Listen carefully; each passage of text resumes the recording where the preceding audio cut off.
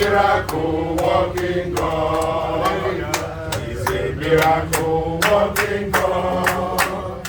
He's a miracle working God. He's the Alpha and Omega. He's a miracle working God. Hallelujah. Hallelujah. Thank you all. My brothers and sisters. You guys can sit down here now. A set of words. I'm deeply touched. Seeing the creme de la creme of the people of their library in Georgia gathered here tonight at very short notice to honor a small meal, a rat. Only God can do it.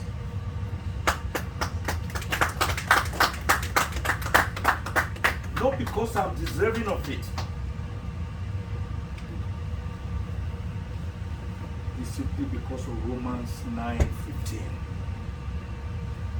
Who is it that speaketh? Oh, sorry, that's Lamentations 3:37. Who is it that speaketh? And it cometh to pass. God has not commanded it. Romans 9:15. I will show mercy on whomever I will show mercy. And I will show compassion on whomever I will show compassion. It's not he that willeth or he that runneth, but it's God that showeth mercy. I think today's gathering is just a clear extrapolation and exemplification of that scripture I say. So I want to thank all of you very much from the bottom of my heart, on behalf of myself, my wife, and my children, and my family, and my staff back home in Nigeria. Because the chain is as strong as the link. The building is as strong as the pillars. Without these people, I'm a nobody. So for all that I have done in my life, I was 65 on the 15th of October last month. And when I went to deliver the 10th convocation lecture of Afeba Barola University, one of the 350 leading universities in the world, and I saw a surprise birthday cake prepared for me by Chief Afeba Barola, Senior Advocate of Nigeria, Commander of the Order of the Nigeria, Officer of the Federal Republic. And when I saw former President Olusegun Obasanjo singing my happy birthday and cutting my birthday cake, I could not believe it. I said, God, how awesome you are. True indeed are your words in Genesis 18:15, in Jeremiah 32:27. Behold, I'm the God of all flesh. Is there anything too hard for me to do? So, Obasanjo that we were reading of in the secondary, in the primary school, between 1967, 68, 69, 70,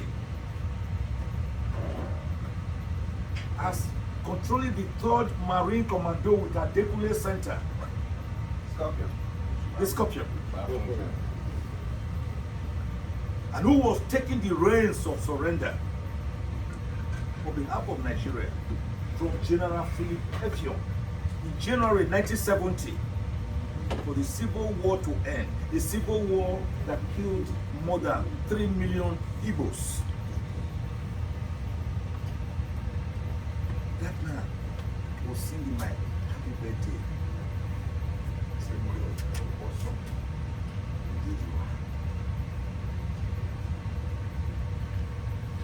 So I want to thank all of you.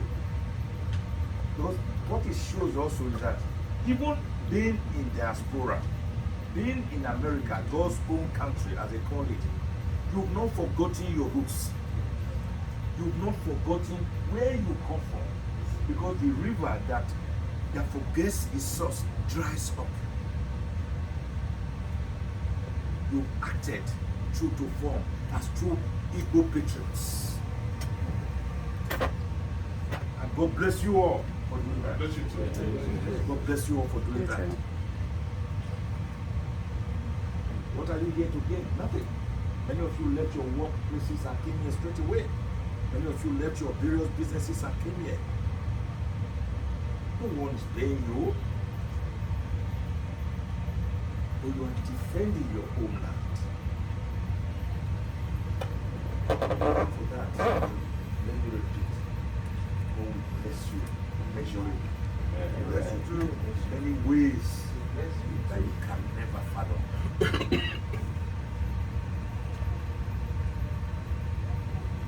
I came into this Nnamd matter not because of money, but because there was injustice to be solved.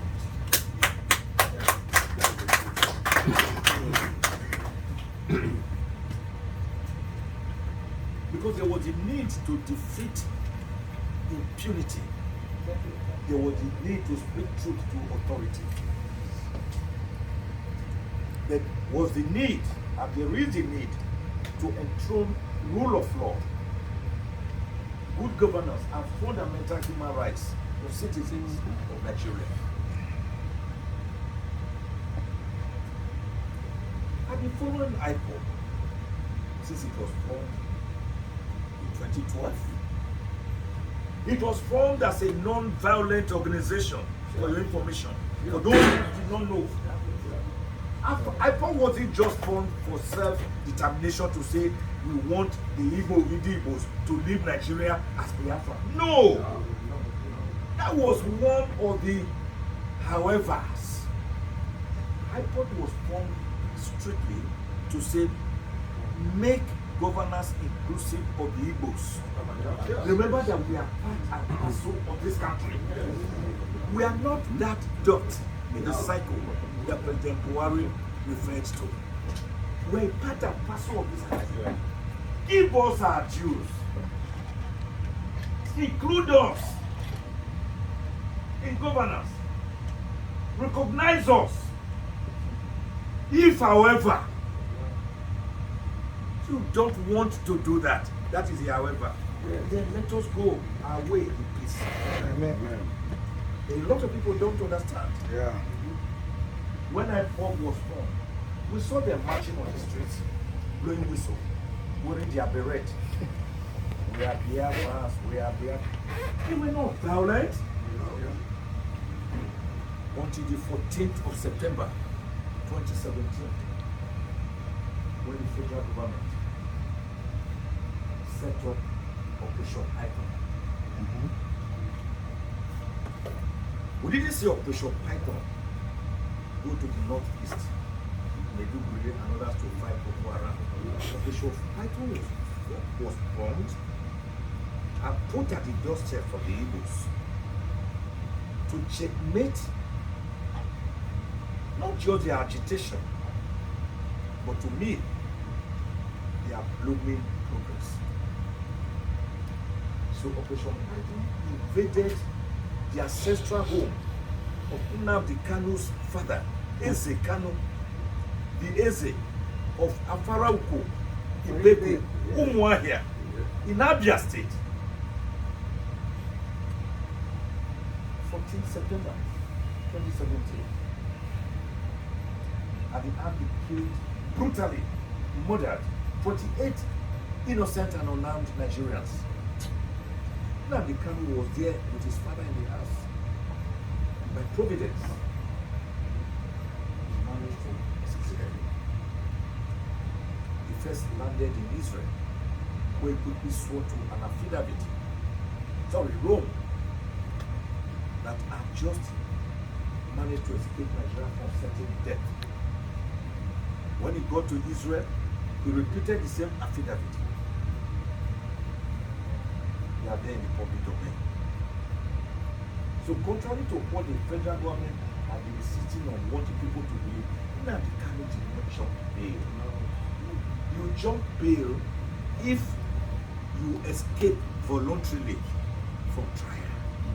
But when you are escaping for your life, that is not jumping bail. Only the living stand trial. That is why in law we say, come and stand trial. Have you ever had somebody say, come and lie down trial? Or come and lay down trial? Or come and prostrate trial? Or come and be on hospital bed trial? Or come and sit down trial? Or come and be crippled trial? It is come and stand trial. That means we must be fit as a people to stand trial.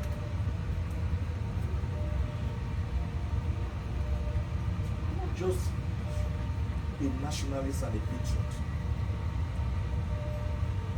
I'm also, by the grace of God, a human rights activist. My humble self and Dr. Lisa Abakaba, senior advocate of Nigeria, my brother and good friend from Onitsha,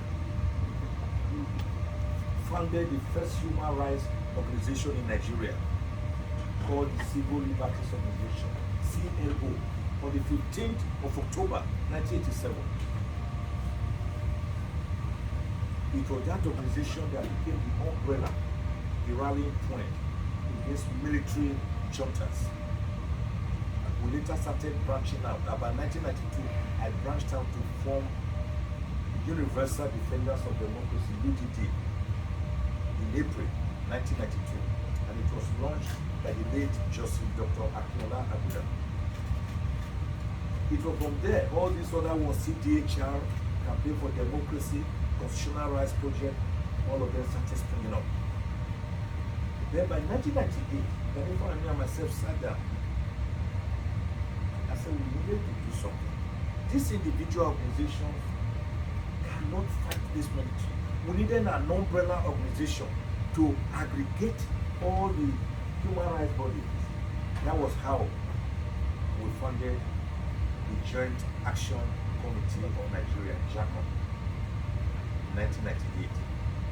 Jennifer Wenu was the national chairman, and I was the vice chairman in charge of publicity and publication.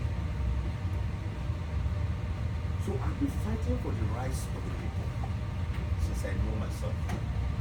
But the Igbos, particularly, I love them as a people. I believe that these are the Jews of Nigeria. These are the people who can make things happen in Nigeria and who can make us develop. I give you examples.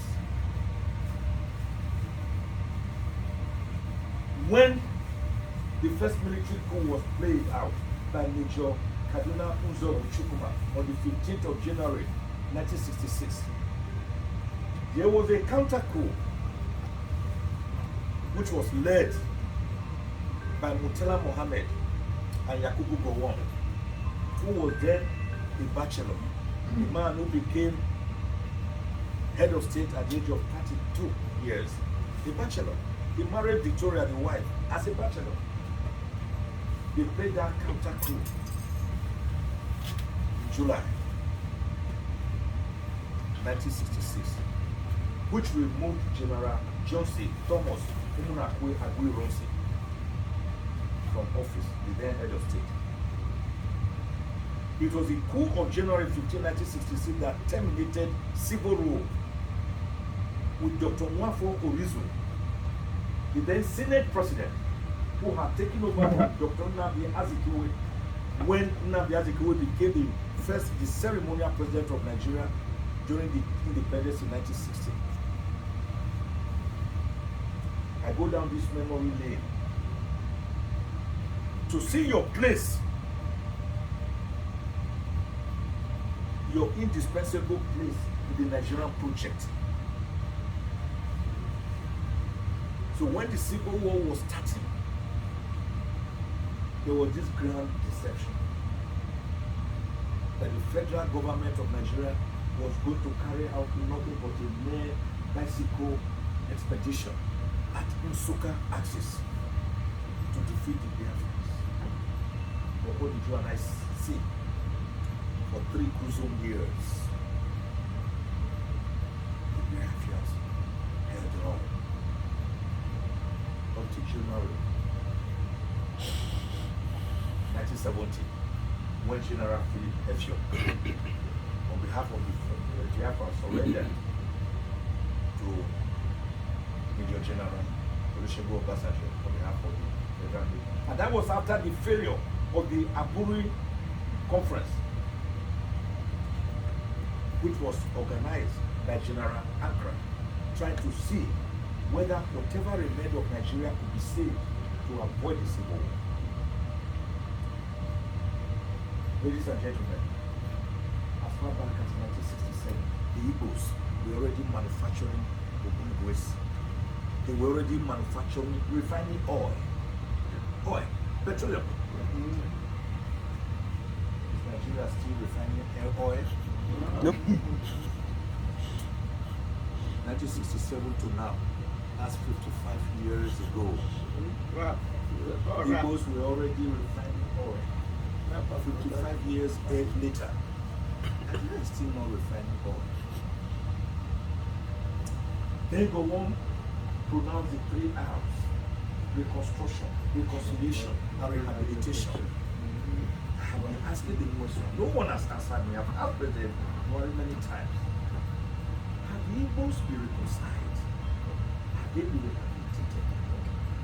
Have they been rehabilitated or reconstructed? If the answer is yes, show me one Igbo man in the current federal government security architecture.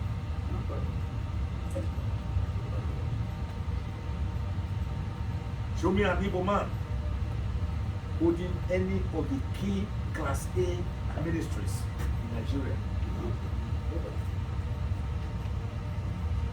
So I'm one person. I'm also a minority. I'm not even a majority like the Eagles. I'm a minority within a minority. I'm from a small village called Ibukwe. Alini knows my place. All of them know my place. Basi knows my place. From a small village called Ibukwe, near Agenebode. Agenebode is the headquarters, it's bigger. A small village called Ibukwe. Agenebode, it's a East local government area of a state. So we are a minority within a minority. So the Igbos are even luckier than us. Of the 374 ethnic groups in Nigeria, as found out by Professor Onigu Otite in his demographic survey of Nigeria, I've always asked the question, when you attempt to balance Nigeria on a tripod is a 3-legged object. You say Yorubas, you say Igbos, you say Hausas, Fulanis. Can you, what happened to the other 371 ethnic groups? I am Isako Afema. What happened to Ernest, Unyomyo, Otaigbe's Ishans?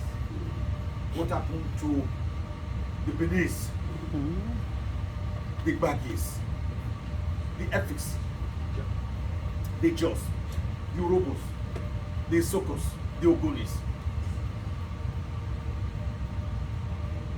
What happened to them? The Zulus in Kebbi State, who are minorities, who are Christians. What happened to the TVs, the Igaras, the Igberas?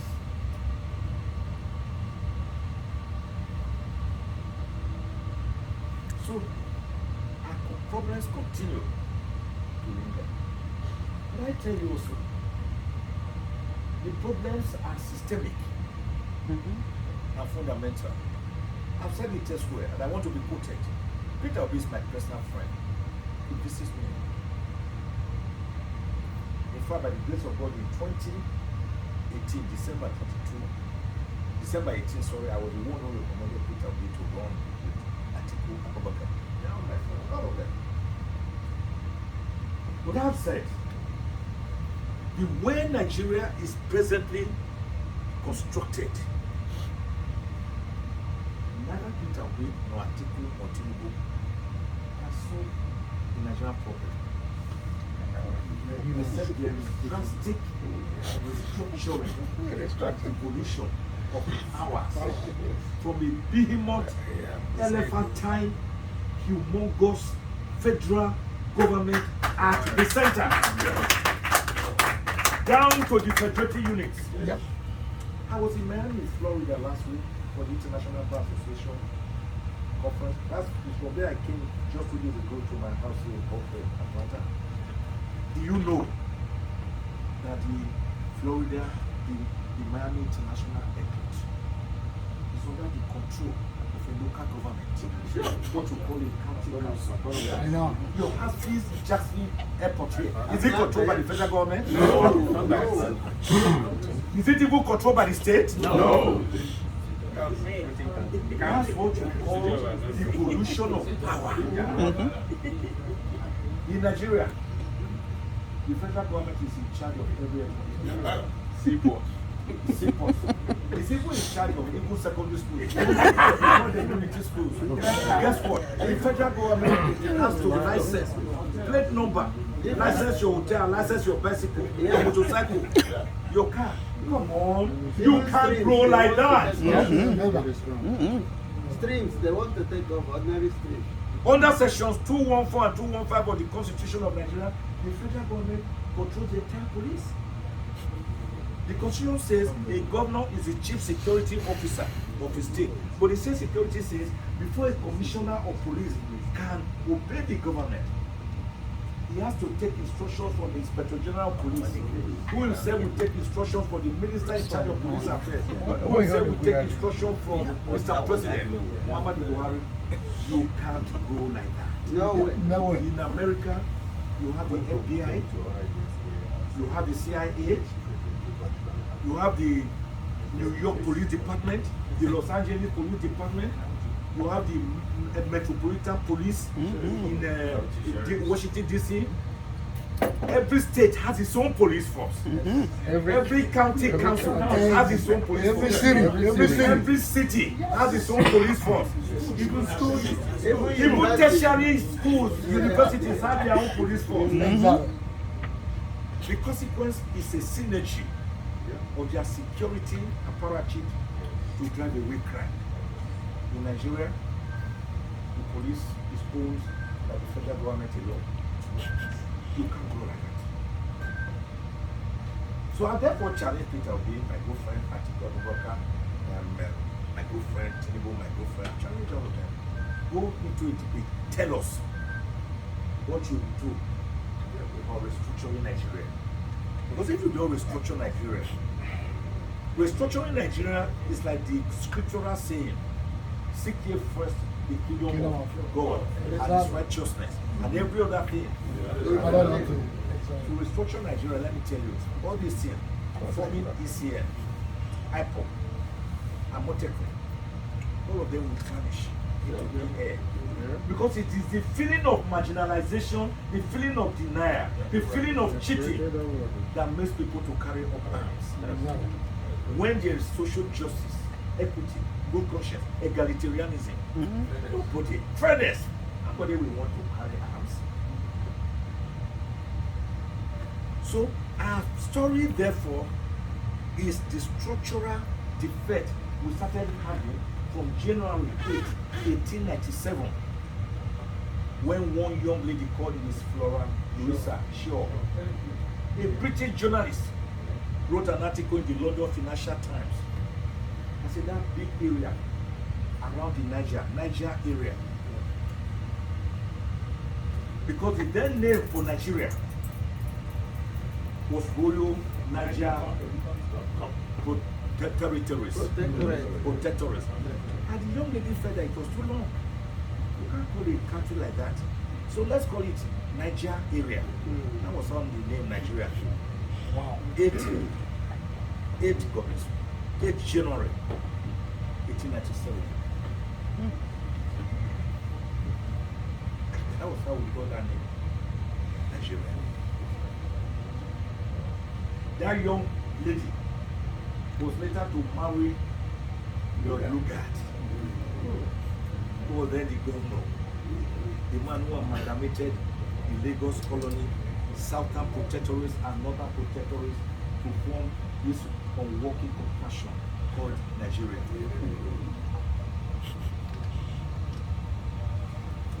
So from there we went into various hiccups. The 1922 Clifford Constitution, the 1946 Arthur Richards Constitution, the 1951 McPherson Constitution, the 1953 Little Two Constitution, the 1960 Independence Constitution, the 1963 Republican Constitution, the 1979 Obasanjo Military Constitution, the 1989 Unused IBB Constitution, then the 1999 Constitution, which we are presently using, which has been amended 4 times, which is actually Abdulsalami Abubakar's decree number 24.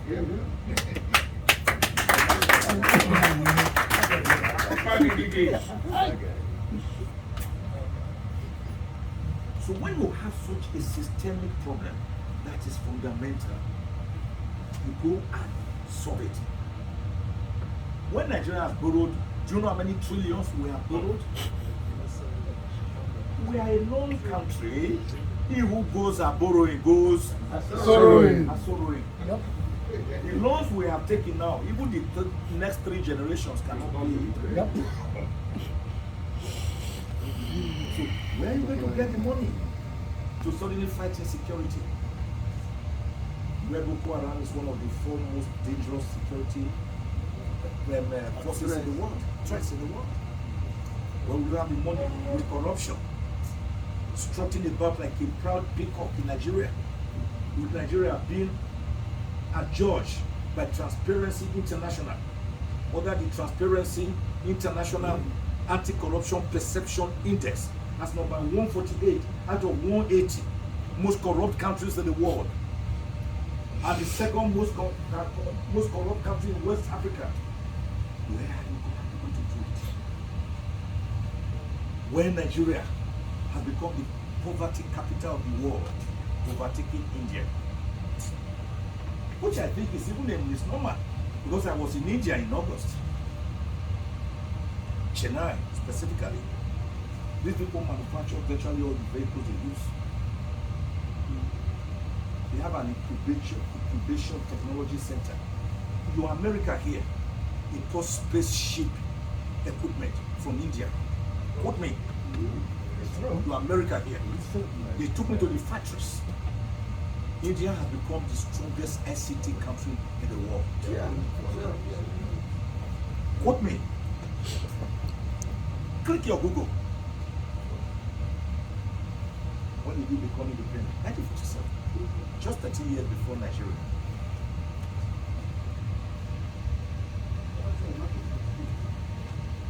So, I am saying, when you have a serious ailment, like a cancerous sore, you don't solve it by bandaging it and putting perfume. The sore is there. When the tree in your compound is eating into your building and breaking down walls, you don't solve it by chopping off the branches, because they will sooner than later grow back and the problem persists. Is that not correct? Yes. What do you do? Uproot it. You go to the root, you uproot it. Hook, line, and sinker. When you begin to treat a serious ailment like leprosy with medicine or drug meant for eczema, you are not helping out.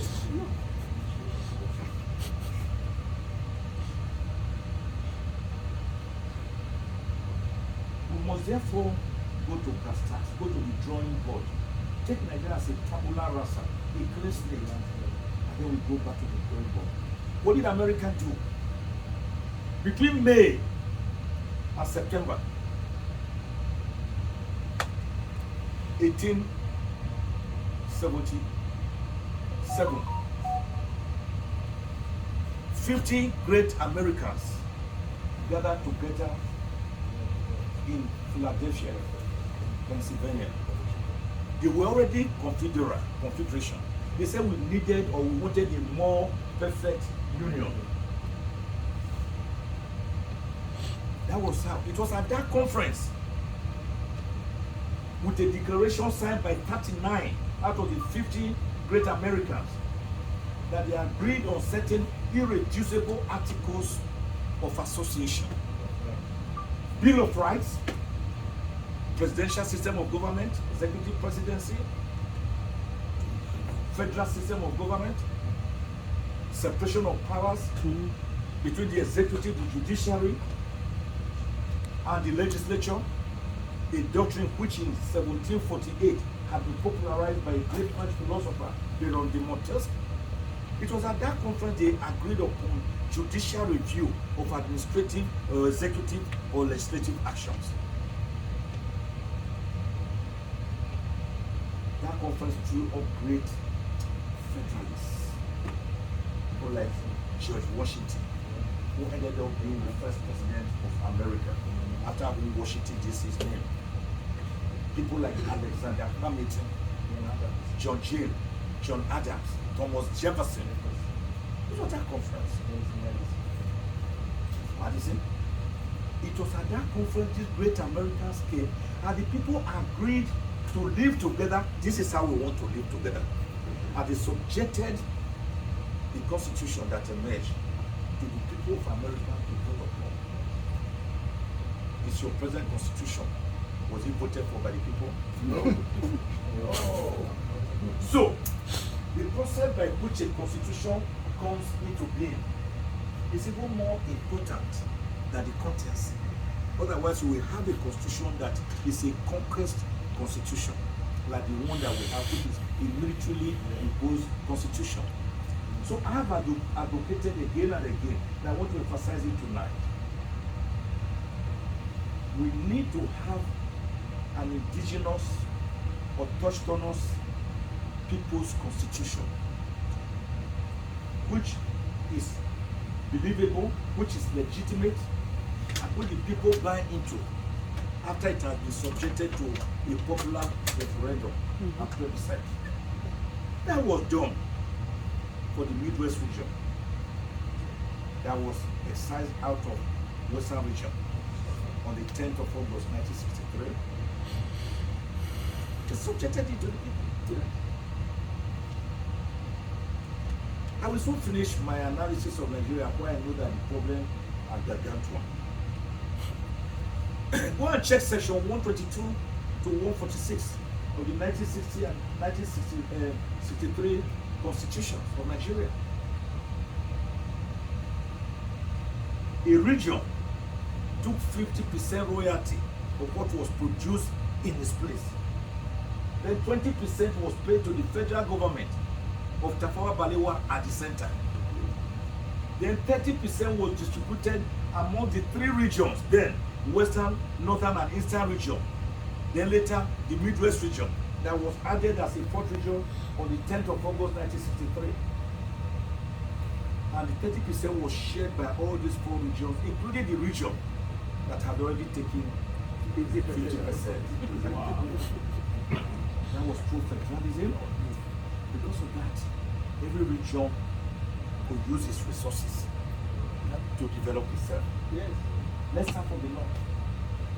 Ahmadu Bello, the Sedona of Sokoto, was the leader of MPC, the Northern People's Congress. He sent his deputy, Ahmadu Bello, Tafawa Balewa, to go to the center to become prime minister, so that he himself could take care of his northern region. With that, he was able to start up the Northern Nigeria Development Corporation, NNDC, which midwifed many great projects that are still there today in the north. The Hamdala Hotel, the Ahmadu Bello University's area, the Yakari Games Reserve, the Unity Bank, the bank that later became Northern Nigerian Bank that later became Unity Bank, because it could control the products of Northern region. What were the products? Cotton. The famous Kano granite the highest access. Let's go to the western region. The late sage Chief Obafemi Awolowo had only one mono product. Who knows it here? Cocoa. He could enjoy it. Being visionary and pragmatic, he used the cocoa to develop western region. He built the cocoa house, which as I speak is still the tallest building in Ibadan. A building built up between 1957 and 1960. It's still just resplendent. He built the first television station in Africa, the Western Nigeria Broadcasting Corporation. He built the Liberty Stadium. He built the University of Ife, which I attended, now named Obafemi Awolowo University in 1962. Then wait for it. He did one thing, which has made the Yorubas the most educated, sophisticated people in Nigeria. We gave free education at all levels to the people. Because when you have education, you have freed the people from bondage. You don't need oil, black gold. Germany does not have a single drop of oil. It's one of the leading economies in the world. Let's go to the east. They had only one product. Who knows it? Palm oil. That was it. From palm oil, Thailand, all those places they came to take palm kernel to their places. Today we are now importing even palm oil from Thailand. Dr. Nnamd was the first premier,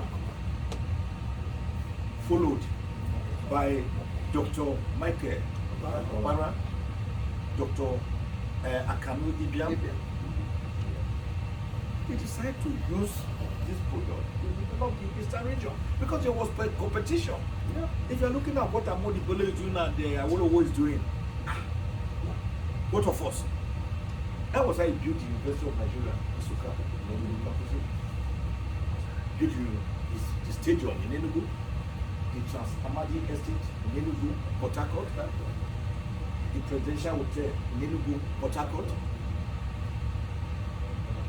the these games reserve area, Obudu Ranch and Resort, Kalagu Cement. Then Micropower started agrarian revolution. The man who died without even owning a house. Nigeria breweries. Let's go to the Midwest region that came out of Western region on 10th August 1963.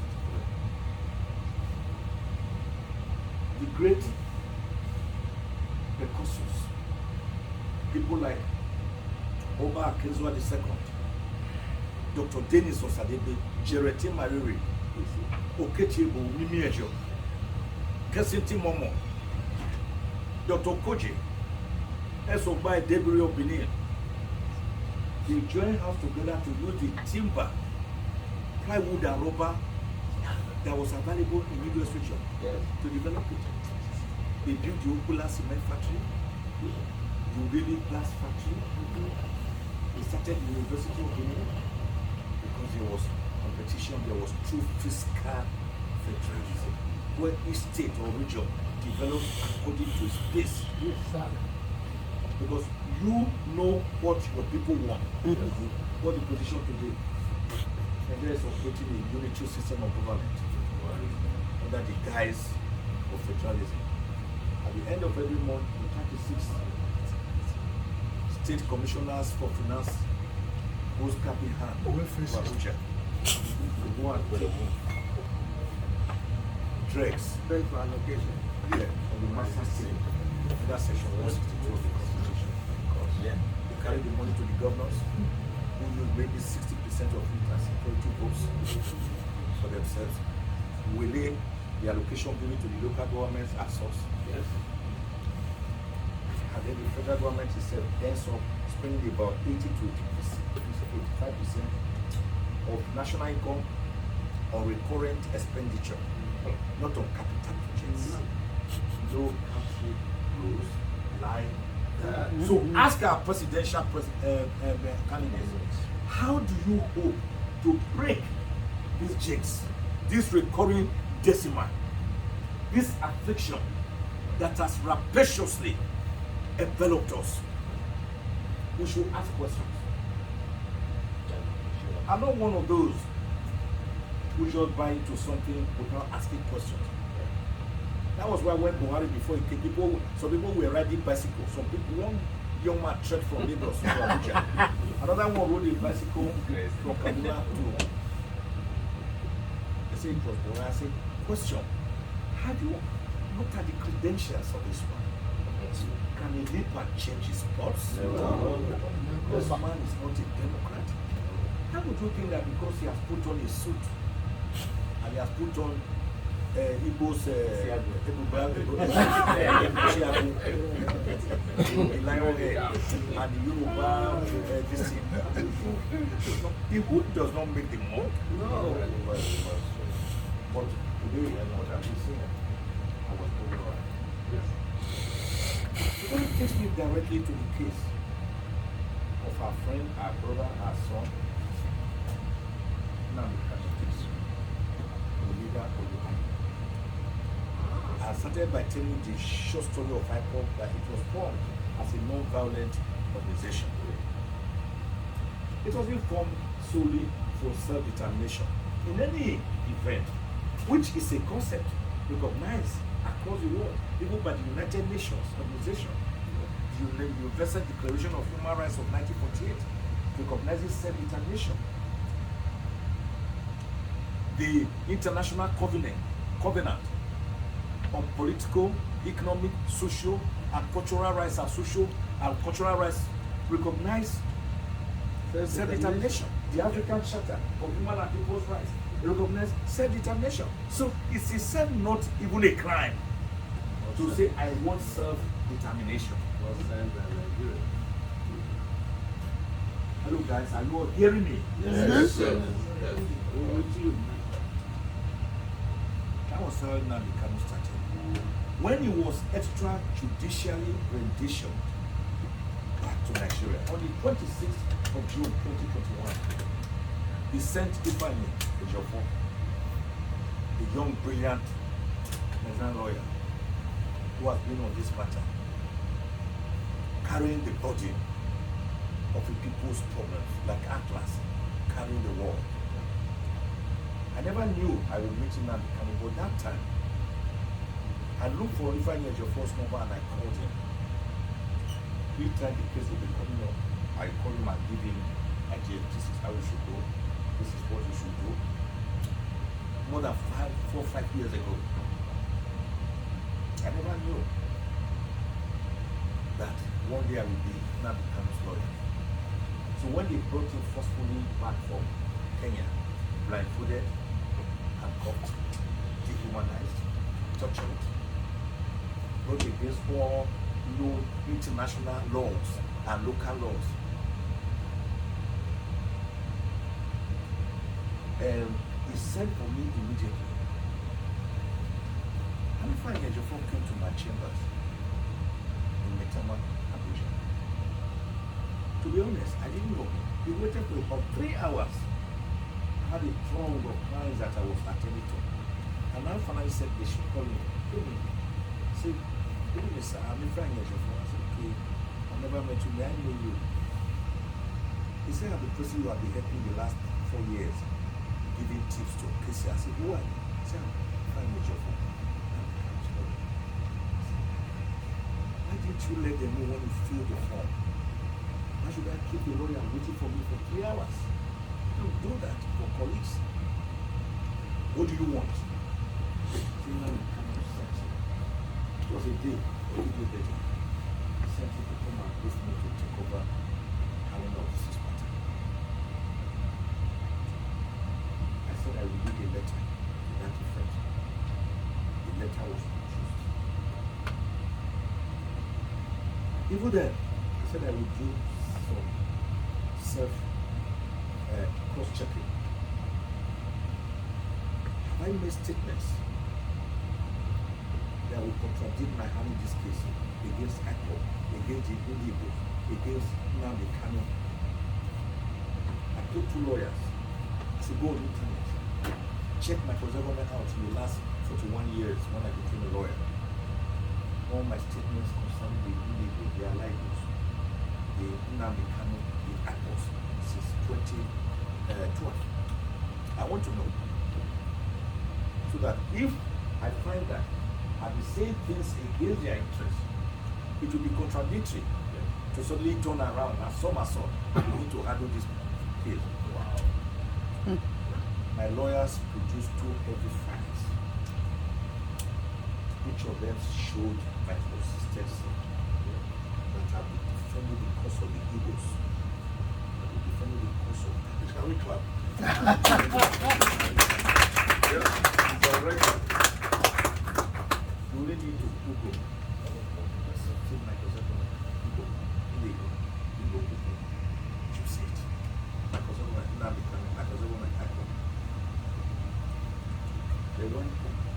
when he came again, I tell you, between June and December, I was still researching. When he came in December, I said, tell Nnamd, I will accept this brief. He said, sir, can I follow you to go and see Nnamd? I said, sure, I will go with you tomorrow. That was 22nd December 2021. I went to take your phone to see Nnamd on detention at DSS. The SSS when they got to Nnamd, he screamed and jumped at me. He said, sir, I followed you for more than 25 years of my life. I am the one who could get your phone to come and brief you that I am briefing you. I'd be worried that in the last 6 months you haven't come. Have you agreed to accept it? I say, I've accepted the brief. I will defend you. He says, sir, you are giving me my best Christmas since I was born. If all of you watch that video, the first time I appeared in the court on the 18th of January this year, just Google, just say Nnamd kind of appearance in court, full video. You will see when he saw me high scream, ah, you are here. He couldn't believe it. The God I serve came to the throne. He took over the entire case. As soon as I entered, he made me a game changer. I fought brutally. And by April, May, I got 8 out of the 15 counts charge dismissed, remaining 7. I told the world. I told the world. I said I will get these 7 counts dismissed at the Court of Appeal. Therefore, I went to the Court of Appeal. On the 13th of October, the Court of Appeal, by the 3 justices in the judgment running to about 127 pages, dismissed the remaining 7 counts. Wow. Yeah. Nnamd should never be put to trial in any court in Nigeria. Yes. Because his extrajudicial rendition from Kenya to Nigeria on the 26th of June 2021 has tainted the entire proceedings. Right. Because of what we call the doctrine of specialty. You can only bring a person and try him for the offense you have brought him, not for existing offenses which were already going on. The Court of Appeal dismissed the remaining 8 counts, leaving the coast clear for Nnamd to be released. But I didn't deceive myself. I knew this was a marathon race. The marathon race is not, it's like the race of Kipchembo, that man from South Africa. I used to do marathon race and win. It's not an Usain Bolt or John Besson's 100 meters sprint race dash, bam, you are there. I knew it was a long haul. And I knew they would come up with something. Then suddenly, like Fela will say, the federal government did your people. They filed a motion for stay of execution. For God's sake, you don't stay execution in the criminal matter.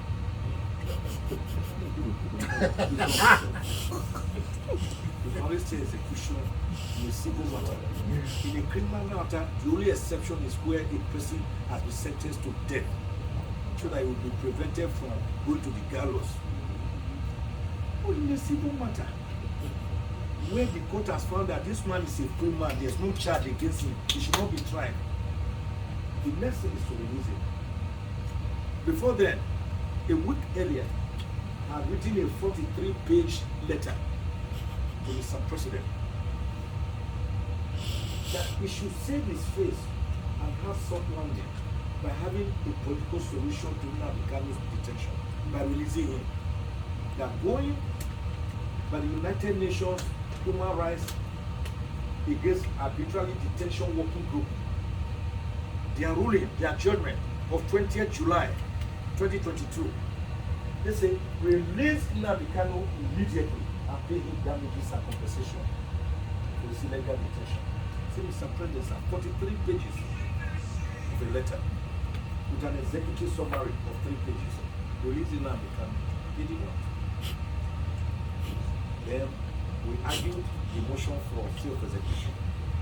Even the justices were asking the government lawyer, you are bringing this your motion under civil proceeding. Is this a civil proceeding? He said, no, sir. What you have is a criminal proceeding. We all left the court believing that we have won. When I went to see Nnamd, I said, by God's grace, we have won. Then the court of appeal started the action. They came and said, you see, I feel that it's sworn to by. If I met your friend, there are contradictions. On one occasion, he said, I in my government giving information when I was in my graduate, receiving my doctorate degree and delivering the 10th convocation lecture of Afe Babalola University at one. On another occasion, he said he went to meet Nnamd. Which one do we believe? Hello. Section 115 of the Evidence Act of Nigeria says, if you are giving information that you are given, you must take the name of the person, the place, the time, the circumstances for that the information was given. It didn't say how many persons can give you information. If I know your first stated the information, it go for me, the time, place, everything. He also stated the information given to him by Nnamd when he visited him at EFCC detention center. He stated the time, the venue, the place, the date. So what are you talking about? But they just needed a way to trickishly maneuver. So like one of you asked the question, you have appealed against that decision. That the Court of Appeal was wrong to stay his own judgment. Ordering the release of Nnamd is another way of outlawing his own judgment, annulling his own judgment. Then I tell you, only today, we have filed a cross appeal against the appeal filed by the federal government on which that stay of execution was granted. That they don't even have a case at the Supreme Court at all. By this grace of God, this living God, we will win that case. Amen. The God of Abraham, of Isaac, of Jacob, of Joseph, of Jesus, that God of Meshach, Shadrach, and Abednego, that God of Silas and Paul, that God of Daniel, that God of Noah, that God of Lazarus, that same God that parted the Red Sea for the Israelites to pass towards Canaan land and covered it to drown the pursuing Egyptians. That same God is alive and well. How do we do it? I want to show you it's not going to be by my power. Because of the powers of the living God. The Alpha and Omega. The beginning and the end. The first and the last. Your moved mover. Your caused cause. You say you yesterday, today, tomorrow, and forever. Who will do it? Now the can will be a free man. Yeah. And so the question you ask whether you may make a statement that election should not hold. I wrote Karina becomes a peaceful man. I saw him penultimate Monday. His heart grieves when he sees the sit down arcade in the southeast. I said they are destroying my people's economy. Oh, yes. It must be. Easy bodies, Medicine Italian pass.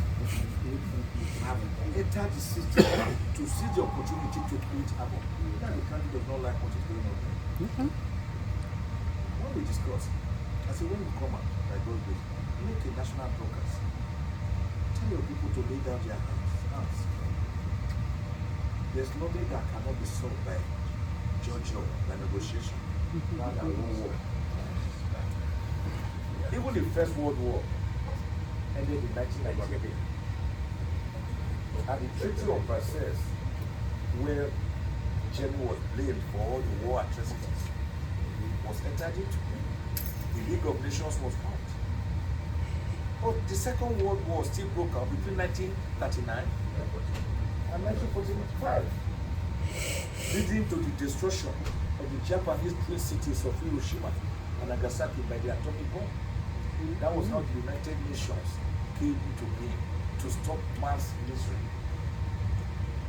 So I told him that when you come out here, go for peace. The Igbos will listen to you. Because Nnamd is no longer Nnamd. He has become a metaphor for the Igbo struggle. Thank you, sir. So it's just a small masquerade when it started, but today has become the big masquerade. The jelly. Yes. The interest of the Igbos. So I told the SSS, I don't worry, don't think Nnamd is Nnamd. No. That is the metaphor. That is exemplification of the Igbo spirit. Tama, you are saying there. You must respect him. So, brothers and sisters, God bless. God will do what he knows how best to do. Yes. Yes. My God bless. I want to once more thank all of you. I think I've taken up to 30 minutes now. More. I know Dr. Michael Zuckerman is an orator. You can go downstairs. But we gotta take a intermittent for all your